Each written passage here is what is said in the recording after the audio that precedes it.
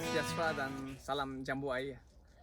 Hari ini saya nak kongsikan satu yang merupakan tanaman yang selain pada durian, di mana saya mempunyai pengalaman yang lama, lebih kurang 20 tahun dalam menanam jambu air lah. Dan terdapat banyak permintaan daripada orang ramai untuk kongsikan jambu air ini. Rata-rata jambu air juga mendapat sambutan yang sangat bagus daripada kalangan masyarakat Malaysia. Dan juga banyak orang boleh menerima jambu air sebab dia tidak memberi harum yang terlalu kuat ataupun dia lebih pada buah yang neutral. Kalau makan lebih pun tak ada masalah. Dia tidak menjadi kata panas ataupun dia ada apa-apa kesan sampingan. Kelebihannya lah jambu air ni dia ada sedikit memerlukan kesabaran dan juga teknologi. Dan jambu air ni boleh juga dikenali sebagai, ada orang kata jambu madu ataupun dipanggil wax apple, rose apple, ataupun dalam bahasa Mandarin panggil suiwong, ataupun di Taiwan mereka panggil lian u. Kita tahu jambu air ini ada berbagai variety, daripada warna putih kepada warna merah pink, kepada warna merah pekat, warna hijau, ada yang lonjong, ada yang bulat, ada yang bujur sedikit. Jadi jambu air ini spesies yang setahu saya ada tu di Malaysia sahaja, lebih daripada 10 jenis.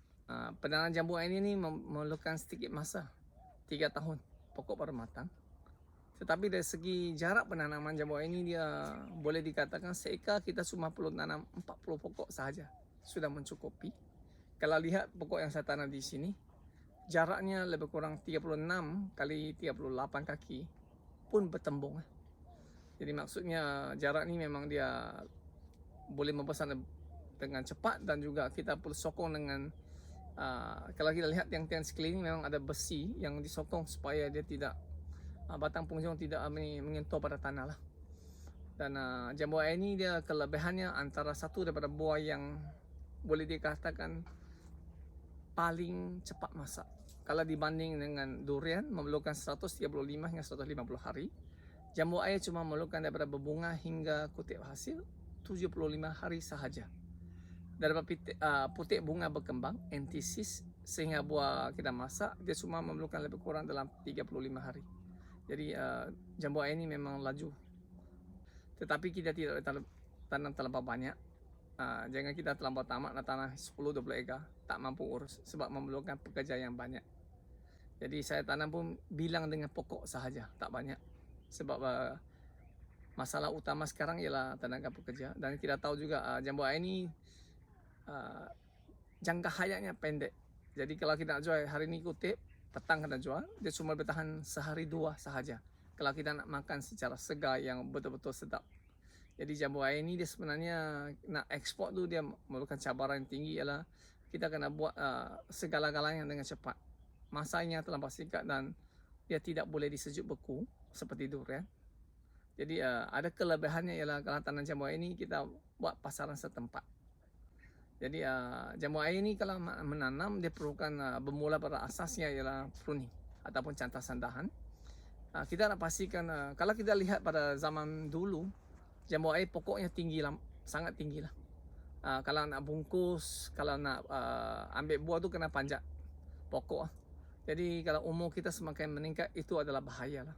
Kalau kita lihat pada kebun saya, rata-ratanya ialah tangan boleh sampai saja. Contohnya, inilah ketinggian pokok saya.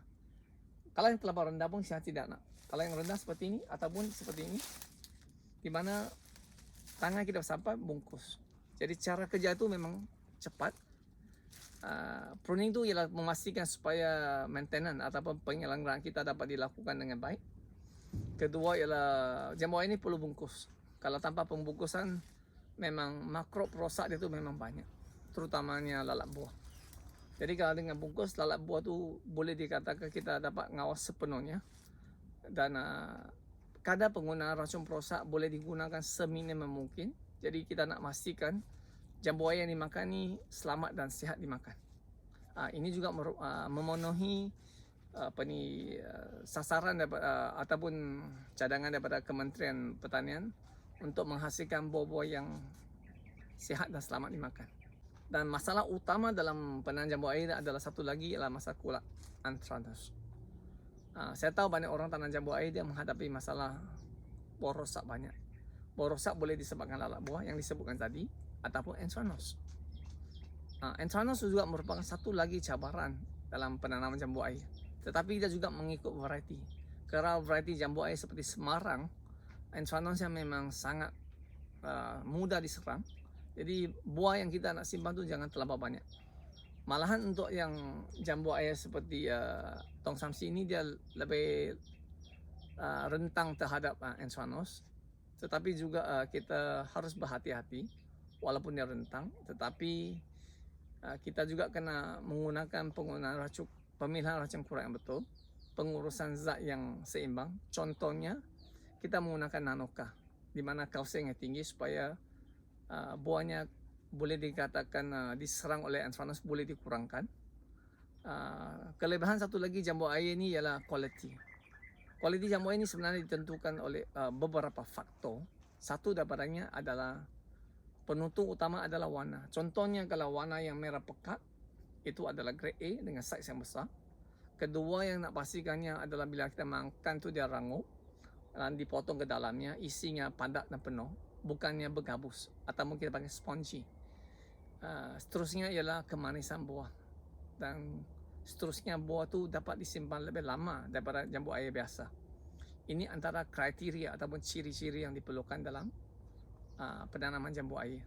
Dari segi pengurusan baja, kalau kita nak menghasilkan buah yang berwarna merah, faktor utama yang harus kita teliti ialah satu daripadanya ialah pengurusan air. Kalau masuk musim panas, kalau air tidak mencukupi, jambu air kita akan jadi warna pudar disebabkan perbezaan suhu tidak tinggi. Jambu air memerlukan perbezaan suhu kalau 10 degree dan ke atas. Kalau siang dan malam lebih dari 10 degree, warnanya merah tu akan lebih cantik. Kedua, jambu air ini memerlukan baja organik yang tinggi. Kalau kita menggunakan baja organik yang tinggi seperti SP361 dicampur dengan aminapio ataupun amino acid, jambu air ini dia memerlukan amino acid yang tinggi untuk menghasilkan warna merah. Pelbagai eksperimen dan kajian pernah kita lakukan.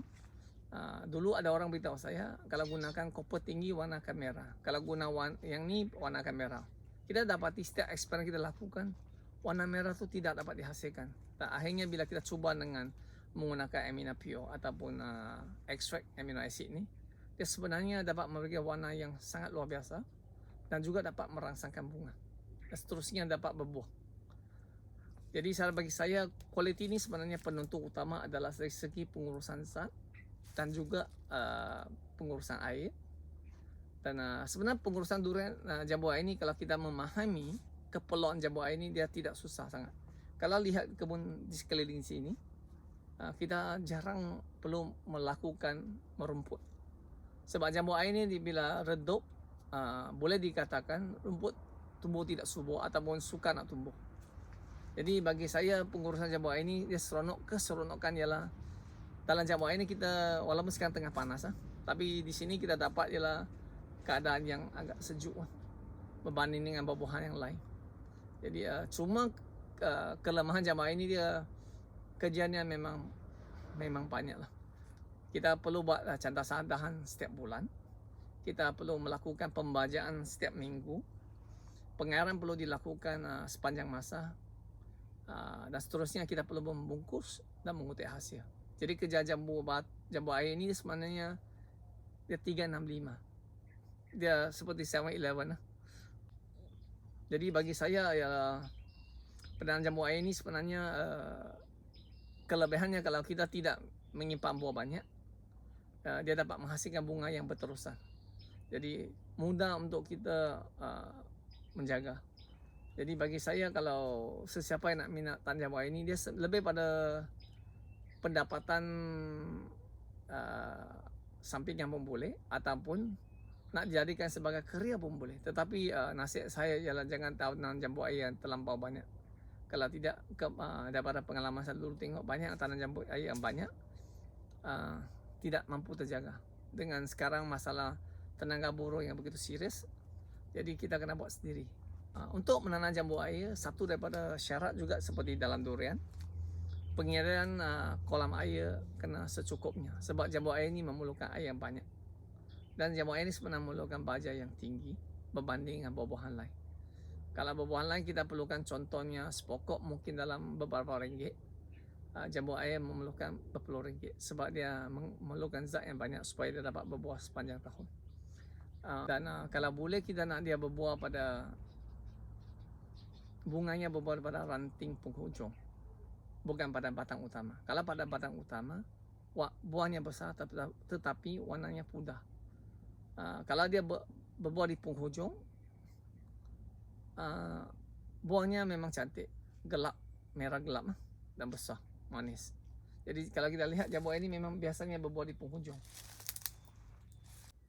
Dan jambu air juga pruning tu kena bermula daripada kecil, dan kita nak membentuk dia dalam bentuk seperti payung, supaya kalau kita lihat daripada jambu air saya di sini, boleh dikatakan rata-rata setiap pokok itu bentuknya seperti payung, iaitu naik kemudian buka. Jadi kita nak ya supaya jambu air ini memang dapat dicapai dengan paras tangan sahaja. Selain daripada itu kita kena buang. So di sini saya akan tunjukkan satu contoh bagaimana kita nak buat pruning. Okey, contohnya kalau kita tengok ranting yang di sini yang terlampau rendah kita tak nak, jadi kita boleh buangkan. So di sini antara yang ranting kita nak kita buang. Yang ni pun kita tidak perlu kita buang. Yang ni kita buang. So ini antara cara-caranya kita nak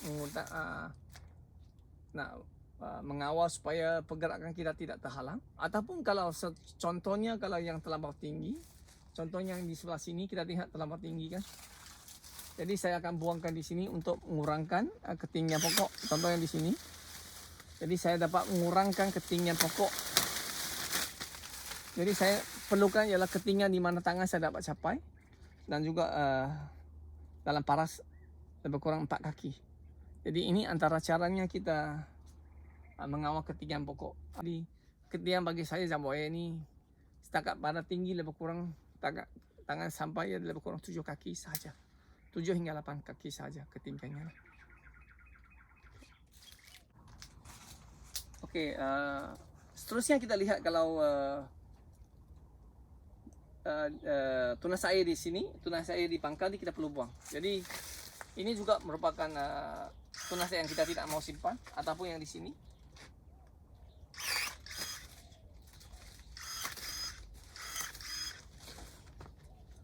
Jadi kalau boleh kita nak pastikan di kawasan pangkal pokok ni bersih daripada tunas air. Ataupun kalau kita lihat yang di sini yang terlalu rendah, kita juga boleh kurangkan. Jadi inilah antara caranya kita nak memastikan pokok jambu air kita dalam keadaan yang tidak tinggi. So kita lihat pokok di sini memang, kalau kita lihat di sini memang pokok ini tidak tinggi.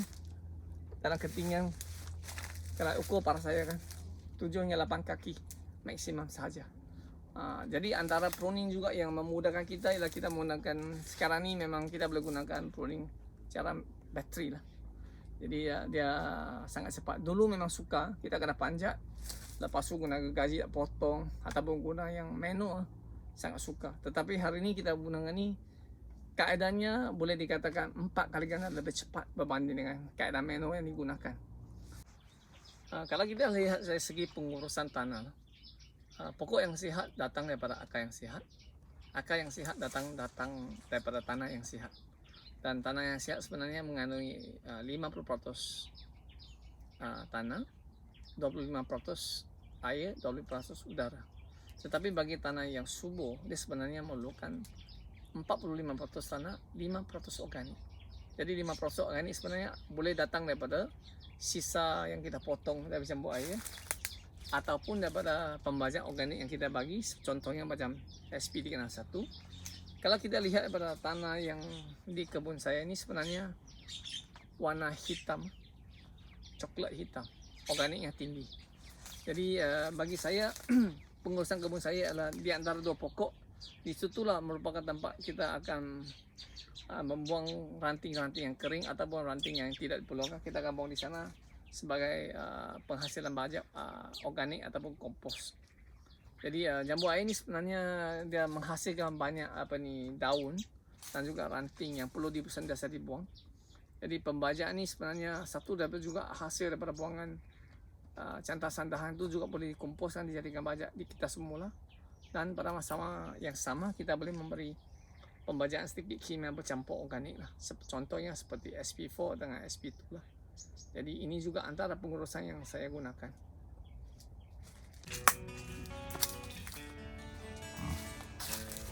Ini merupakan tempat-tempat yang kita buat stacking ranting-ranting yang berlebihan di sini. Dan ada kalanya contohnya seperti ranting di sini yang terlalu rendah menghalang pergerakan, kita akan buang juga ranting seperti di sini. So di sini kita akan buang rantingnya.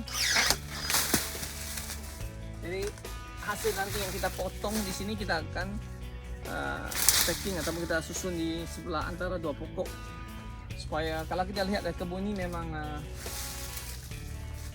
kita lihat dia memang rap, dia dipotong dengan rapi ya. Kalau lihat sampai ke belakang ya. Kalau ketinggian tuh memang antara ketinggian kita dan muka rak. Jadi sebenarnya cantasan dahan jambu air ini memerlukan sedikit seni. So saya selalu kata dalam pengurusan buah-buahan ini, cantasan merupakan seni dalam sains.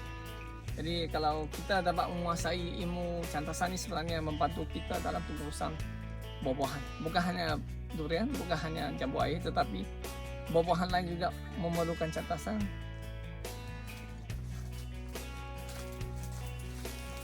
So kalau kita lihat di sini ya, besi ini sebenarnya digunakan untuk menyokong supaya rantingnya tidak turun ke bawah.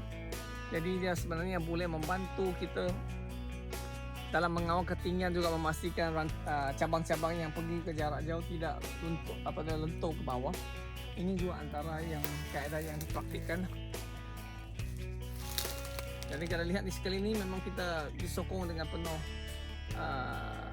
struktur rod besi ya, supaya dia tidak lentur ke bawah. Jadi ini antara juga cara yang dipraktikkan di sini.